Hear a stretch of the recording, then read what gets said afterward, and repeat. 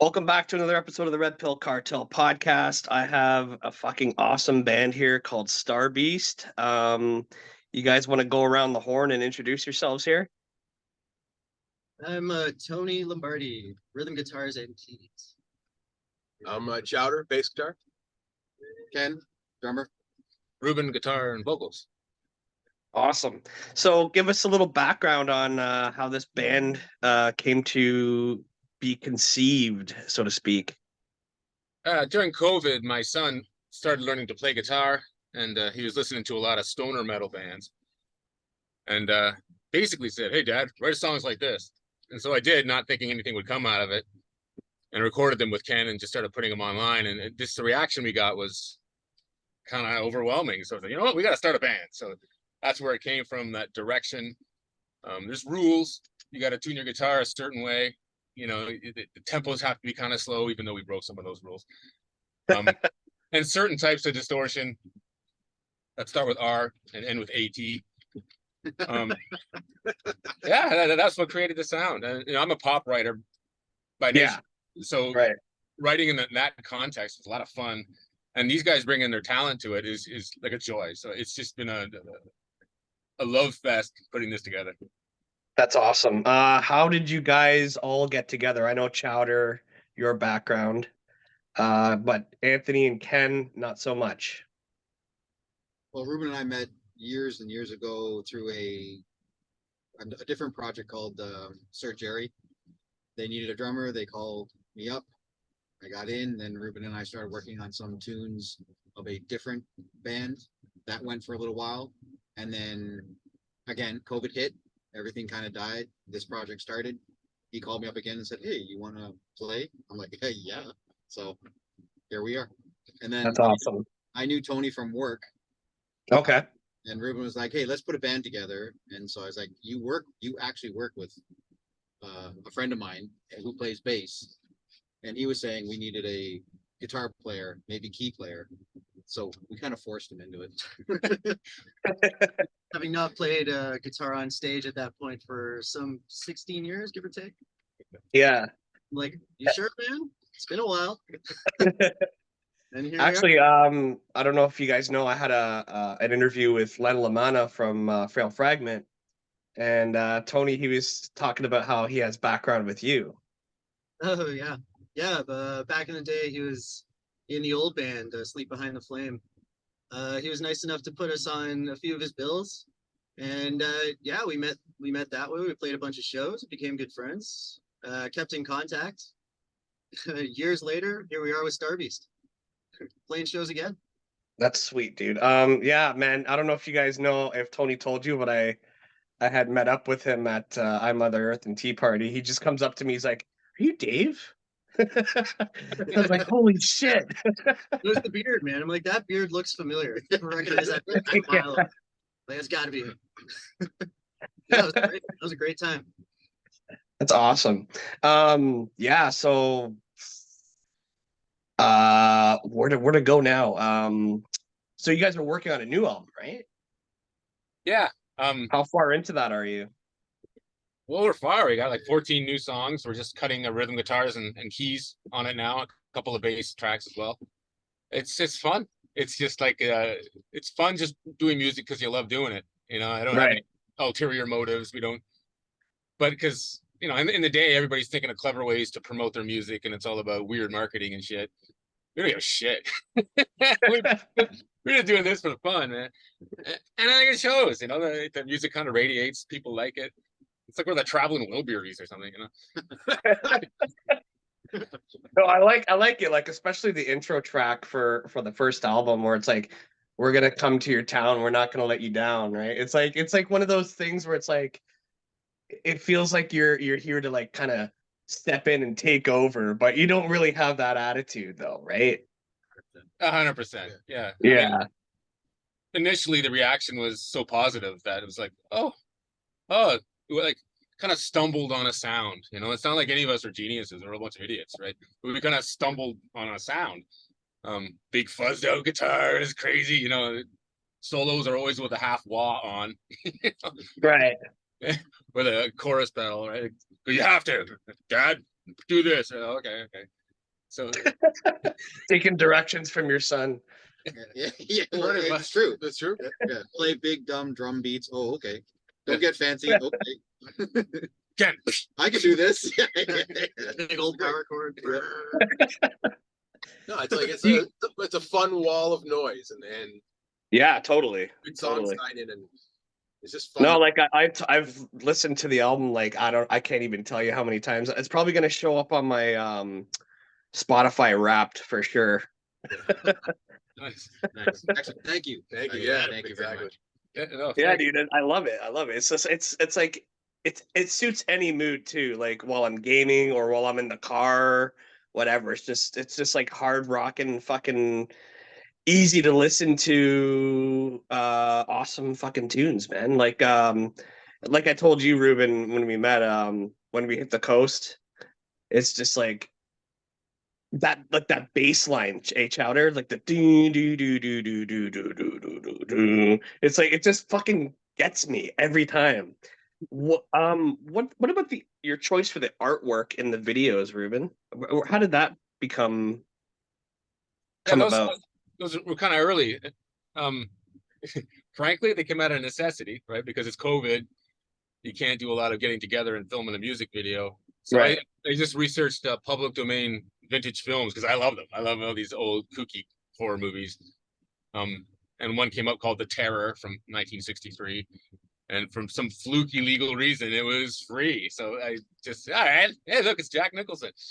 And I could edit it in a way that it told a story, which is interesting, right? Because, you're just chopping pictures together. You want there to be a bit of a story to the video. And you got like 2 hours of materials.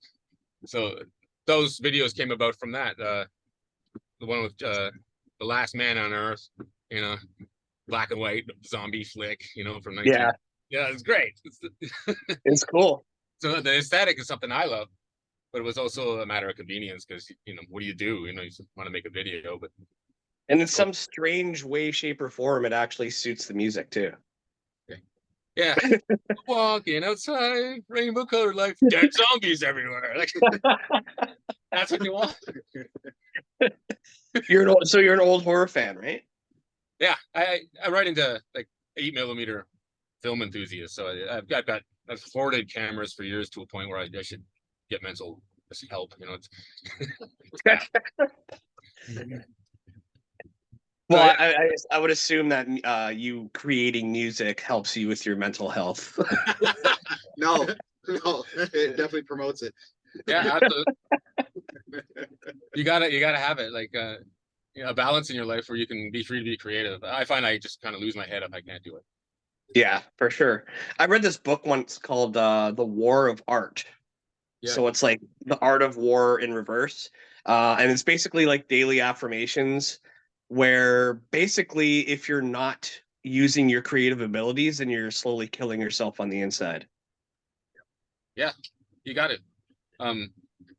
Like we all have day jobs, we all work, but we do it in a context of music, right? Which is why I think musicians and artists might make good employees, right? Because they're not complaining or whining because they have another thing to do. Their mind is, not like I identify myself by being a janitor. Like no, you also are a musician or an artist or a painter. Right. It's the same thing with me doing a podcast. Like it keeps me like every time I do an episode, it's very cathartic and therapeutic for me. And a lot of podcasters say the same thing. So like when I go into my daily job, like my 9 to 5, like people are like, "How are you so happy all the time?" And I'm like, "Dude, I'm like, this is not all that I do, because there's a lot of fucking miserable people on the job, man." Yeah, totally. And the thing is, the job, you can totally handle it, but you got to handle it in context of something broader, right? I've had points in my life where I've been a musician full time.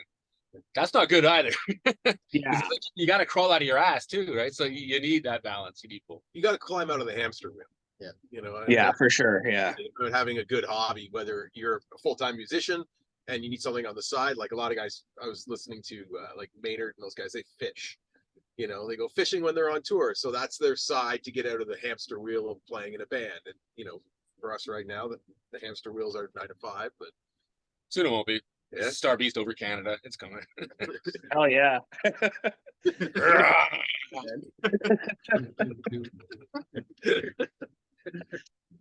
I'm gonna go to every show. Well, Jan 6th, you know that one. Jan 6, yep. Shoots. Oh, the insurrection of Star Beast. Hello, Timmins. We're here. Short little drive. Yeah. That's the crowd. Yeah. That's a single Hello, Thunder Bay. Oh joy. Can you give us a little bit of an idea of what the next album's gonna sound like? Is it gonna be similar sound? Yeah, it sound very similar. Chowder's bass is going to be a little brighter. Ken's drumming like a mad fool. So where he might have been a bit restrained on the last album, he's unleashed the full gorilla. Oh shit. Yeah, you witnessed half the gorilla at the show. Yeah. the boat Yeah. A little more homage to big 90s dumb rock, which what do you expect? Yeah, but otherwise it's similar, just a graduation of what you've heard. And Very- same melodic, low key vocals over raging guitars. It's epic. It's gonna be great. Yeah. We were Awesome. actually in the middle of cutting guitar tracks just now. They were like, "Oh, we gotta get on. We gotta get on." How much time do you guys have with me? I technically have a 1 o'clock, but he's always late. We're at our Okay. music studio right now. So. Yeah. Where is that? Roncesvalles and Secret Howard Park. location in a basement. Roncesvalles. Okay. If we told That's like the rich area, isn't it? Yeah, that's right. Yeah. It is now. I've lived here for 22 years, so I see. Oh, okay. Going to do this, right? Yeah. But yeah, no, I got a great little spot here, and bands record. Yeah, so got a client coming in. He's an old grizzly guy who plays country music and changes his mind about what key it is after I've recorded it every time. Oh shit. That's annoying as hell. Oh, change it to A. Oh yeah, okay. Oh, you change it to A before you record it. Yeah, right? Anyway, yeah. It's a privilege to have a spot like this because It is. we can sit in here, we can rehearse in here, we can record in here. We can do things that a lot of bands, a lot more bands could do now than when we started. But it's really great because could we afford to do what we're doing now and recording another album? Yeah, and then go into Out of someone pocket? else's studio and everything. Yeah. it's so easily. Yeah. accessible. Yeah. Come in before work, come in after work, come in Yeah. on the weekend. Yeah. Coming anytime. Yeah, and then having a studio goes in line with the old Heat Creative thing. The studio doesn't make a lot of money; it pays for itself. But I need it just for us to be happy. That's Thanks, kind of Ruben. it. Yeah. Thanks. No problem.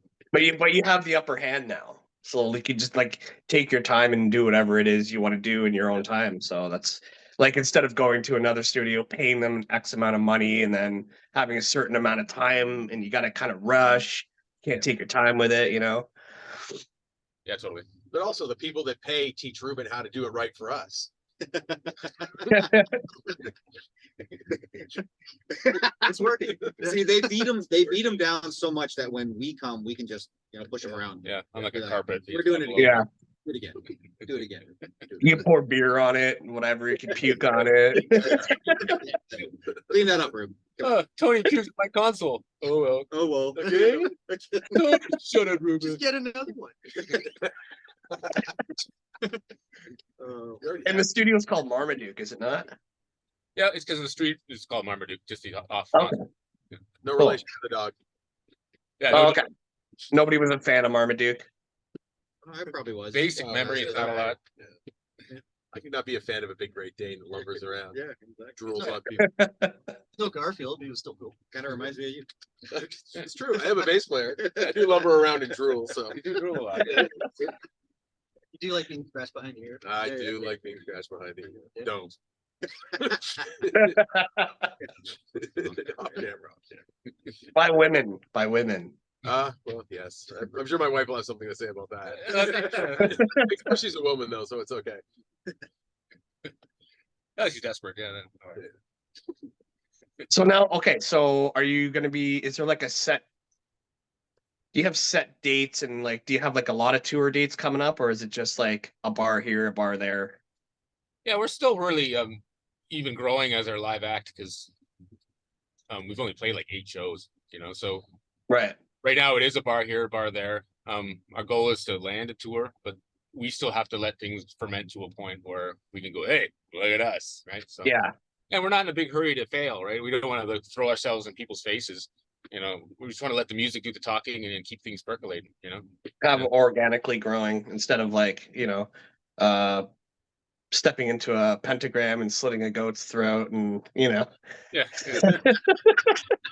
We're here. Look at us. Usual stuff. Yeah, usual. all of a sudden here comes Star Beast. They're taking over the world because they jizzed in a pentagram with a goat's blood.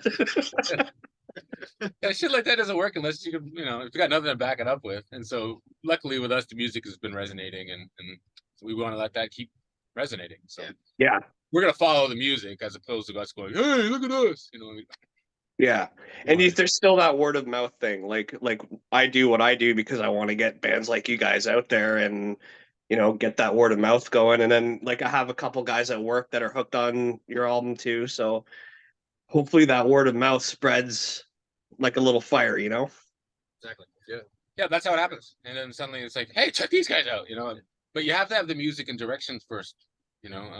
One thing I think we're all guilty of is being part of musical acts or bands that are kind of fractured in their sound. You know, they don't know what they want to be. You know, I'm guilty of that. Right. Or they're following the trend, the latest trend. Yeah, they're chasing radio. Mhm. They're not chasing nothing. Circuit over Canada. But that's the thing, though. That's the thing about what this feels like to me, and being the newest member, is that it feels honest, and I think that that comes out in how we play and how the writing and the recording happens, because it's sort of true to who we are, how we play, and our personalities, and it all just sort of works together, and there's good chemistry, I guess, is the short answer to that. Do you think this band would be a whole different thing if your son Ruben didn't push you in the direction of stoner rock? There wouldn't be a Or band. would the band even exist? No. We had gotten to the point, Ruben and I had gotten to the point where he was just doing studio work for whomever, and him and I would chat here and there once the old band had died. And if Dexter didn't come along and say, hey, Dad, listen to this, I would probably have never got the call, and this would never be where it is. Yeah, like listen to Sleep. Yeah. Listen to Windhand. How'd you get that tone? I don't know. Something. And That was Ken, fun. you were saying something to me when we met about how you were talking about how you're writing stuff under your sheets. Oh, that's Ruben. Yeah. So the first album, actually, the reason why it has that sound is he was doing it in his home, and he wanted to keep things quiet. So he did the vocals really quiet under sheets, so it wouldn't disturb anybody. And it Okay. just had this texture, this sound, and we ran with it. So it was And you were complaining a little bit how like, Ruben, do you have to be so melodic all the time? yeah. Well, when this first started, the bands he was listening to were really more of that heavy stoner kind of stuff. And when we got into what we thought was going to be doom, everything we listened to that was doom had very aggressive vocals. There was nothing, not that it wasn't melodic, it wasn't singing, it was aggressive attack on the vocals over the guitars and the drums. And Ruben kind of tried that, but it's like he said, he's a pop writer, and he couldn't do it, and it spawned this new type of sound, which is melodic singing over heavy guitars. Yeah, it's this pillowy vocal. Yeah, Crushing guitar. and we just said, dude, just embrace it. Like this is who you are. Just embrace it. Yeah. And Yeah, we actually, it seems like you all come together and gel very well yeah, for sure. just Well, by being who you are, yeah, which we is don't- very rare. we don't step on each other's toes. We let people do what they're. I mean, Chowder, like again, you heard it at the show. He's got a very unique bass sound, which I happen to love personally. And it's not something that you would claim is a doom sound or a stoner metal, Mhm. sound, but it works. So, hey, let's ride with it. Yeah, stoner was a starting place, but Yeah. It's Yeah. The songs to me don't sound they're like sludgy and doomy sounding, but they're kind of like uplifting at the same time. It's really strange. Yeah. Right? Yeah, I sort of, when I think of what we're doing, I think more sludge than doom, which is like, it's splitting hairs when you come to genres because they're not far apart. But I always associate sludge with more melody and doom with just more growling. And- Right. But the tonalities and the tunings are similar in both. So, but yeah, it's serendipitous because I was in a place where I was learning a lot of 70s rock and Sabbath and Moxie and Skinner and stuff like that for another band that I'm in. And then out of the blue, he calls me. Well, doesn't call me, but he sends me a message. He DMs me, and I was like, "Well, there's a voice from the past." Because I don't think we talked in 15 years, At least. Yeah. and I was like, and he sent me the music, and I listened to it. I was like, "Oh yeah, no, this is exactly where I'm at." For what I'm playing, what I want to play. That was so yeah, it worked out perfectly. That's awesome. Totally awesome. And Tony, you came in a bit later, did you not? I'm the latest. Or you- I'm the most recent addition. You're the most recent. Yeah, For the yeah. 8 shows these guys have played, I've played one. One. So I still get tired. And you got to witness the one show. Yeah. Yeah, So like, who is playing bass on the album then? Me. So, Oh, okay. Because it started out as a COVID project, but there was no band. Right. So it's Ken and me on the first album. Now this album, it's all 4 of us. Tony's handling all the rhythm guitars, so I'm not playing any rhythm guitars. The secret weapon is a Roland JC 120, which is not a metal amp, but it is now. And so yeah, it's a real community effort, and that's the difference. So the first album is like we're doing this, and now we're doing this, but it's growing, with different Right. personalities and different ideas. Probably a lot more cohesive and a little bit more creative input from everybody. Yeah. Even the older tunes, like when we're playing them live and rehearsing them and stuff, we'll, add in a note here and there just to, Sure. give it some, Make it yours. salt, as it were. You don't want to sound stale and the same thing, doing the same thing over and over and over again. A lot of bands do that. They'll like I'll hear like my favorite songs for like the past 40 years, and then they start playing it live and it sounds almost completely different. Yeah, absolutely right. Yeah, there's a balance there somewhere. I remember hearing a song remains the same for the first time, thinking this blows. But then it grew on me because I was like, I don't know. Mhm. Vocals are cacking out, guitars are out of tune. That's kind of cool. The live I version.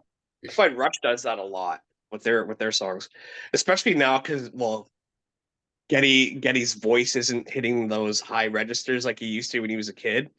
Yeah. And he's kind of like not monotone, but like on a level he can sing now, and it just doesn't sound the same, but it still sounds good. Yeah, you got to reinterpret it. Like Paul McCartney's the same way. Like, now and then is like when the chorus kicks in, it's like, oh, what happened to Beatles harmonies? Right. He's 80 years old. So what do you expect? Things change. What are some of let's go around the table here, Anthony. We'll start with you. Some of your main influences in music that wanted you to start playing and being creative. Oh man, that goes way back to just being a kid. I mean, the old man showing me like everything from Beatles to Aerosmith, and just like air guitar in my room as like a 14-year-old kid, I still air guitar wherever I go. right? And then from there, growing. I mean, it grew into that new metal scene when it came into like Korn and Biscuit and all that stuff. And then just kind of evolved from there. The older I got, and now it's anything and everything, man. It goes from like your Sons of Anarchy rhythm and blues kind of thing to your heaviest Lamb of God and everything in between, right? Sweet. Like I'm Mother Earth Tea Party. There you go. Yeah. Drop dead in the center. For me, Chowder. I started the first music. I mean, I grew up in a sort of a Christian religious family, so I grew up on Christian rock and roll, a band called Res Band. Saw my first concert in 1983, and I was like, "That's what I want to do." And then it took a while to buy a guitar, but I really, for all intents and purposes, I grew up on a lot of jazz, a lot of classical, because thanks to my dad. and there was 2 albums in the house that were modern albums, and one was Zeppelin 4, and the other one was Johnny Cash live at Folsom Prison, and All right. they sort of you know treated me to where I was going, and then it's sort of the same thing as Tony. I in the 80s into metal, into early Metallica, lots of Judas Priest, stuff like that. And then went to school, found out about funk and what bass players are actually supposed to fucking do. And learned about pocket and stuff. And that's when I sort of found, for as far as player is concerned, where I sit in the mix, so to speak, and linking up with a drummer and having a nice tight groove to build on it from there. But yeah, like as far as right now, everything. I'm a country music, I'll listen to Ed Sheeran and Chris Stapleton, and I'll listen to Opeth, and I'll listen to Coheed and Cambria, and yeah, Springsteen, everything, all of it, jazz, all of it. I don't care. Whatever happens to come I think most musicians would say that, like they have a very eclectic and wide variety of taste in music, instead of just like sitting in one genre and that's all they listen to. Because even like a lot of the like there's like black metal musicians out there that say, oh, I listen to like the Beatles, and it's like it's shit you wouldn't expect. You gotta go somewhere from where you come from. Right. If you start in rock and roll and you're a player, then what are you gonna do? You're playing the same 3 chords all the time. Mhm. What's netting you out? It doesn't net you out anything, right? So It's how you evolve, right? You hear different things that you might not have heard in the genre you started off in, I guess, and say, hey, I'm going to try that, and you become a better player for it. Are you into Chowder? Are you into Les Claypool and stuff like that? I'm never a big Claypool fan. If I was to say there was bass players that I was into, it'd be Tim Comerford, Justin Chancellor, and Doug Pinnick. Okay. So those are the guys that sort of, and that's also nice where the sort of low and loud and then melodic is the King's X thing. And King's X, yeah. I'm a huge Coheed and Cambria fan. I guess my man opera, as my wife calls it. Mine's actually a little reverse of Chowder's. I just learned this today. Whereas he was, you got into the rock stuff and then the funk stuff. I was the exact opposite. My household was Motown and funk growing up. Wow. I was like, oh, my uncle was a drummer. I used to watch him play, and I was like, okay, I think I want to do that. Maybe not. I think I want to be a bass player because funk was just there. So when I went to high school, a buddy of mine, we sat down and I said I wanted to play bass. He said he wanted to play bass. He actually pushed me. I landed on the drum set. I'm like, I think I'm going to be playing drums. So that's where that started me. And I met. Don't put your balls on my drum set. Yeah.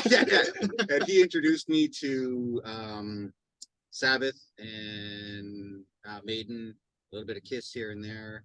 And then I got into, I'm actually a lot older than some of these people. So I got into the new wave scene, early Japan and all that kind of thing. And I was like, oh, this is where the music sounded kind of basic, but then when you really listen to it, there was a lot of technical stuff going on. Right.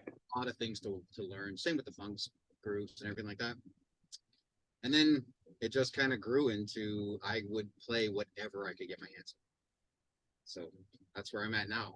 Now I'm playing, I don't know, what is this? Doom-esque sludge. It's Starbies. We're playing I'm playing Starbies. Learning, always learning. So it's good. Awesome. Ruben, you're next. We chipped him out of a piece of stone. When I was little, my uncle dropped off a box of records. So these classic rock records, like everything you can imagine from the 70s, old Beatles records and Zeppelin and Creedence Clearwater Revival and that kind of stuff. And we just played the shit out of those records. And that's where I got into the music.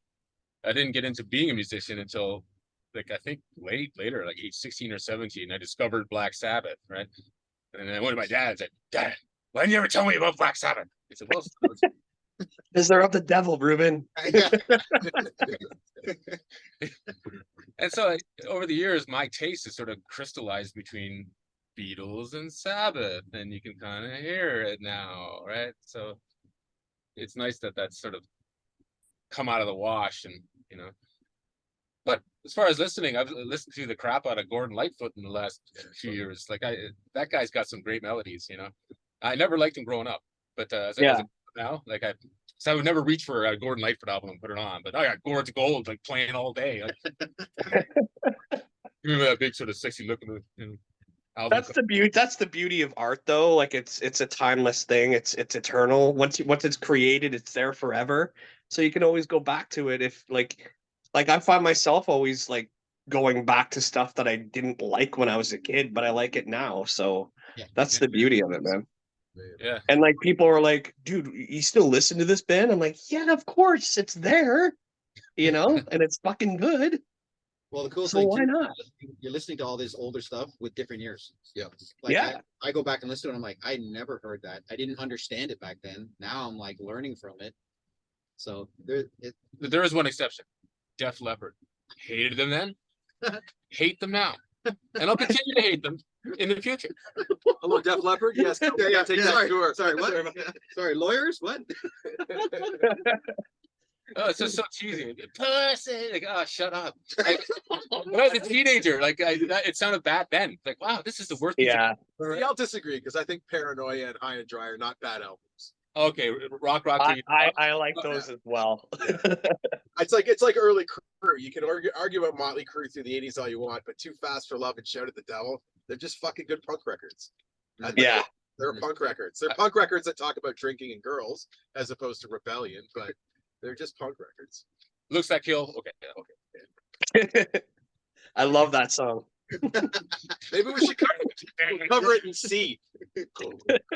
Slow it down. Have you know it down? Yeah. You got the looks that kill. Do it in lounge sludge. Oh. You guys ever heard of Richard Cheese? That's the guy that takes he does the lounge acts, right? Yeah. So his first album was called Lounge Against the Machine. Yeah. And everything's not the way you just did. So funny, man. There you go. That guy's still touring too. Man, he's got a gimmick. People love that kind of shit, right? Yep. They want to see something different, but they want it to be familiar. And a guy like that turns it on its head. Yeah, for sure. So awesome. So inevitably I'm gonna bring up Glue Leg. Ruben's like, fuck. So the thing I love about Glue Leg is that not any one song sounds the same throughout the entire album catalog. It at the time when I discovered Glue Leg, I was a huge Faith No More / Mr. Bungle fan, and Mr. Bungle and Faith No More, both bands that did similar stuff with all crazy instrumentation all over the map. And that's the kind of music that I like really enjoy. Ruben, around that time, and Chowder, what were you guys into? Were you the proggy guys or not really? I think Ruben, you told me that you weren't really proggy. Yeah, Glue Leg started in high school, and evolved out of a high school band. And the super proggy guys were Carlos and Chris. They loved all the fancy time changes and stuff. I was not. I was more straight ahead rock. Right. So Chowder was too, straight ahead rock. And like what you're saying in the sense that a lot of the songs sounded completely different. That's a blessing and a curse. I often felt like Glue Leg was not focused. Other bands around us were being handpicked for superstardom. We got kind of dragged along, but mostly against our music rather than because the music was so, stellar in a broad way, right? So, I think Glue Leg got a new record coming out with the prog guys, and that's cool. Yeah. There's always been a band that's had like rotating cast, and that's completely fine. So I don't know. I think that we're just having so much fun with Starbeast, and it's just so focused and great that I look back at that stuff and think, I just hear all the missed opportunities, the directions going like this, like you're saying, which you can like, but it's not really a mainstream thing. You're attracting musicians, which Glue Leg stands for mostly musicians. So, Right.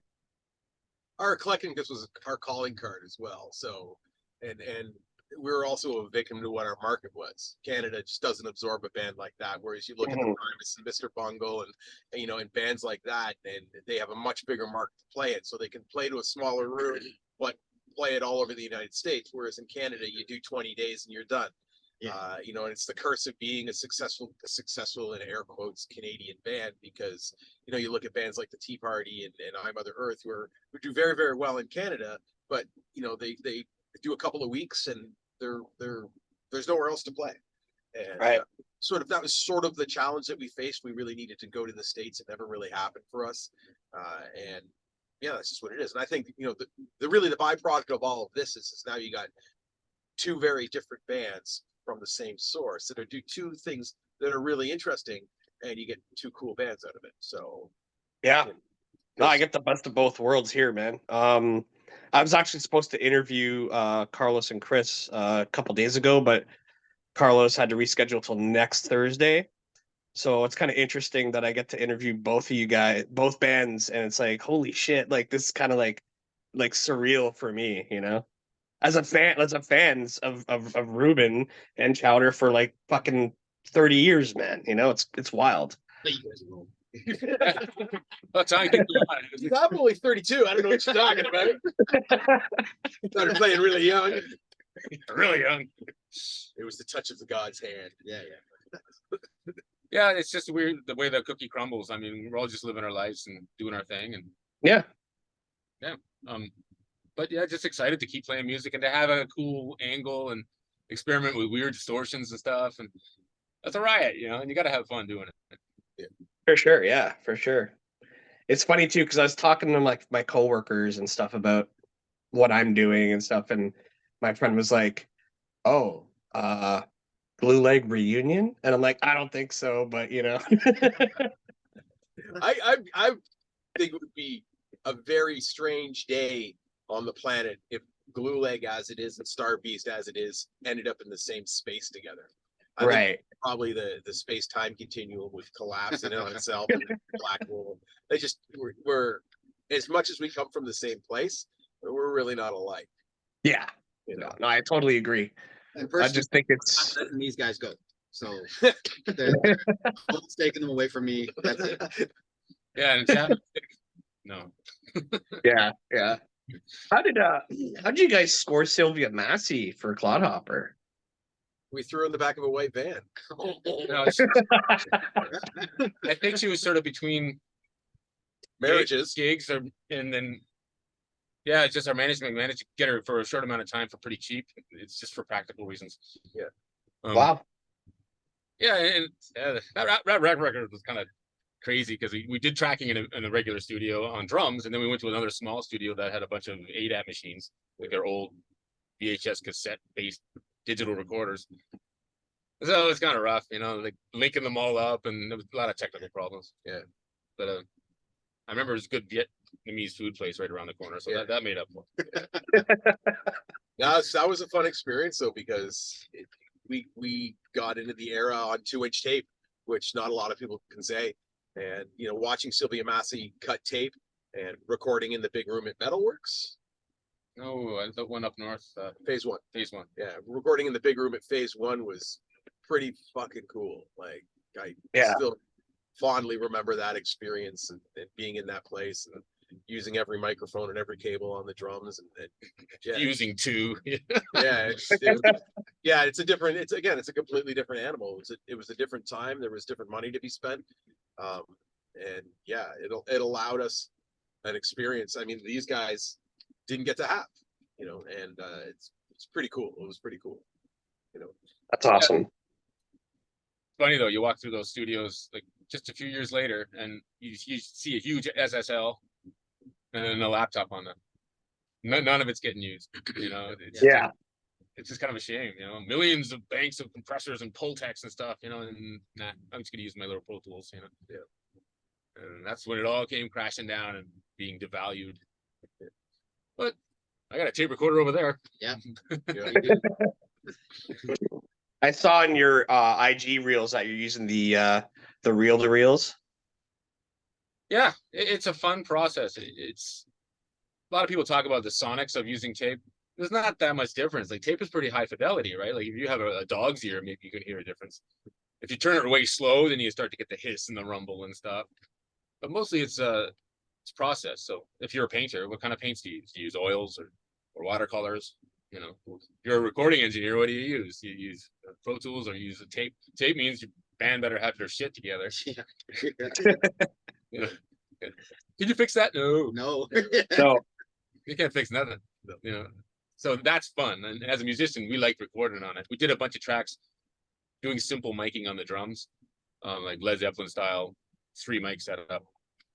But it just wasn't for us. It wasn't the sound we have is like Sabbath sludge, and you got to use the close mics. So that's why we started re-recording these songs over. And I can send you an advanced copy if you want to have one. But you'll hear the drums are just as tubby as they were on the first album. right. That's awesome. So you're using this like similar techniques for recording for the second album, I guess. Yep.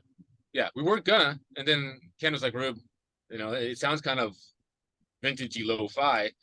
And then we realized that if we have to explain it to people why we sound this way, it's not going to work. So Yeah. let's just go back to what works, and Right. that's where we're at. It's like when you tell a joke and then somebody doesn't get the punchline and you have to explain it to them and they still laugh anyway. Or they have that pensive laugh because they still don't understand. They still don't get it. Yeah. Why did you record the tape? You know, never mind. Yeah, man. Yeah. It sounds Fuck. weird. Oh, no, Yeah, okay. never mind. You don't get it.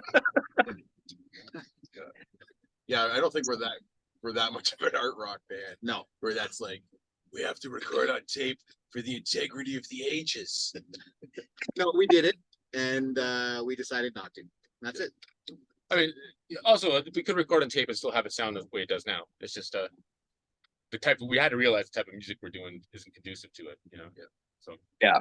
Other bands like country acts or whatever, it's way more conducive. It's only 8 tracks, right? So you know, that's it. You know, I did some. That's great. Yeah, dude. This has been awesome. I'm gonna keep it short because you guys probably still have work to do. But yeah, tell my audience where they can find your music. At Star Beast Toronto. That's our Instagram page. And any of the big streamers like Spotify, Apple Music, Deezer, any of these places, just look Star Beast Toronto and you'll find us. Oh, where did you get the name, by the way? I was thinking about the classic, you know, Blind Melon, Def Leppard, who I hate, Led Zeppelin, you know, that kind of this Star Beast. Right? It's like that's where it came from. So it just sort of popped in my brain. Learned later that Star Beast was the original title for the Aliens movie franchise. Yeah, really. Didn't know that. Oh shit! I didn't know that. That's a coincidence. So I did not take it from that, but it's a fun fact. Yeah. It's also a book from the 50s about a boy that finds a star beast and befriends it, becomes a pet, and everybody in the Earth rebels about it. It turns out it's a royal monster from another planet who's escaping his duties as a king or whatever. Oh, that sounds good. Yeah, it's Yeah, that does it's, sound good. it's, We're gonna- it's Wow. We're gonna write a song about so it there's right now. it's yeah, right now. Right now. So yeah, there's a whole bunch of layers to the name, kind of like what glue leg. Everybody's like, "What's glue leg?" And we still don't know, so it doesn't really matter. Get Carlos and Chris to explain that to you when you talk. Yeah. Oh, you know, while we were on mushrooms one day, and yeah. That's cool, It's man. funny though how Ruben, you got it just popped into your head. It's probably like out of the ether into your brain, and this is what it is now. Yeah, all I was thinking of was opposites. Like what's you know, and the album cover is that way too. There's a tank and then a 20s. Yeah. We have trouble with our new album covers. Like, it just hasn't come together as quick. So sometimes it happens, sometimes it doesn't. Right. Well, that's awesome. Well, guys, thank you for your time. It's been an honor and a pleasure, and I'm looking forward to the future of the band. Excellent, man. Thank you very Thanks much. so much. for having Thank us. Awesome. Peace and much success to you. See you guys. Take See care. you later, man. Take care.